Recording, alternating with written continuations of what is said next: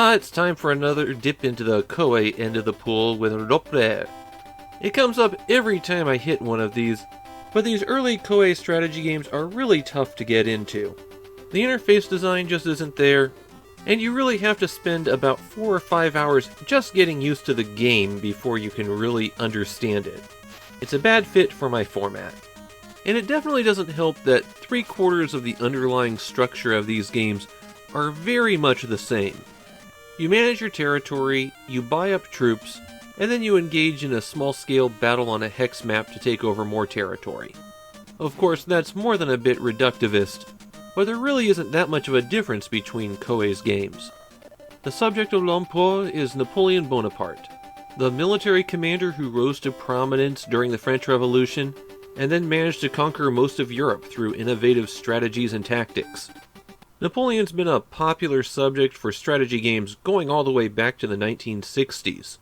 And as Koei entered the 1990s, they were greatly expanding their line of computer strategy games, and Napoleon was an obvious choice for a subject of one of these. Rampelrur offers 4 scenarios, and you always play as Napoleon. Although the starting date of the scenarios are spread out across 10 years, they represent 4 very different points in Napoleon's life. The first scenario has Napoleon in charge of the defense of Marseille, and your goal in this scenario is to capture territory. You have to do it mostly on your own, though. Of course, historically, Napoleon captured all of Italy in about 10 turns of this game, but your growth and development is so restricted, I think you're going to have a hard time doing that yourself. And immediately we hit one of the big things about Rampelrur. You have access to different parts of the game in each scenario. In this early scenario, there's no chance of diplomacy. You can't move troops around to other cities. You can't pull resources from where you need them. It's just you versus the world. And the basic commands that you can do are to build up Marseille, recruit more soldiers and train them, or send them off to war.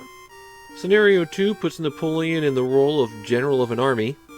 That gives you access to a few more things that you can do to move troops around, and it's much easier to get support and supplies from the rest of France. Scenario 3 puts Napoleon in charge of all the armies of France, and the final scenario has Napoleon as the Emperor of France, having to balance both conquest and diplomacy. Territory management is exactly what you'd expect from a Koei game. You can invest in industry, commerce, or agriculture, hire troops and give them cannons or horses, and train them until you're ready to get out into the field. You have commanders in Rampelrur, though they seem to play less of a role than they do in other Koei games. A lot of the personality in the game seems to be at the diplomatic level, where you'll interact with historical figures, mainly to extort money from them or have them beg for peace. When it's time to take the field, you go to a hex map, and for the most part you just scoot around and collide with the other units. You do have to consider what direction the cannons are facing, and then you can choose to bombard, which will target a hexagon in that direction, but not necessarily hit it. Napoleon started out his career as an artillery officer, so I was expecting cannons to play a much bigger role in this game, but in my tinkering with the game, they seem to be relatively weak. On the field, the commander rankings affect how much damage your troops inflict, as well as how much they take, and naturally Napoleon's the best commander in the game. In battle, your goal is going to be to wipe out the enemy forces before your food runs out.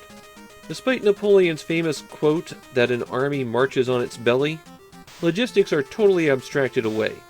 You just choose how much food you're bringing with you, and that's it. One more new feature in the tactical battles is that the infantry can now build bridges across rivers. Sometimes. Their training and their leadership determines if they're successful in their attempts to build a bridge. Besides these land battles, there's also naval battle in Rampelrur, except that one's not tactical. That just takes the number of ships involved and the commander values and determines a result based on that. And the game is always rigged in Admiral Nelson's favor. He always gets 1.5 times the ships that you do. In Japan, Rampelrur is recognized as one of the first stepping stones between the 8-bit microcomputer days of Koei and their more expansive strategy games of the 90s. It's also known for being extremely difficult. Maybe that's why Koei never went back to make a sequel for it. My own views aren't going to be worth much on this one, but I can tell that Koei is making an effort here to improve their system. Having the early scenarios restrict player options, for example. It's still a game that's going to throw you into the deep end, but at least they're giving you a chance to learn how to swim. While the game definitely won't let your career progress as fast as Napoleon's, it will let you take your time and actually succeed at that invasion of Russia.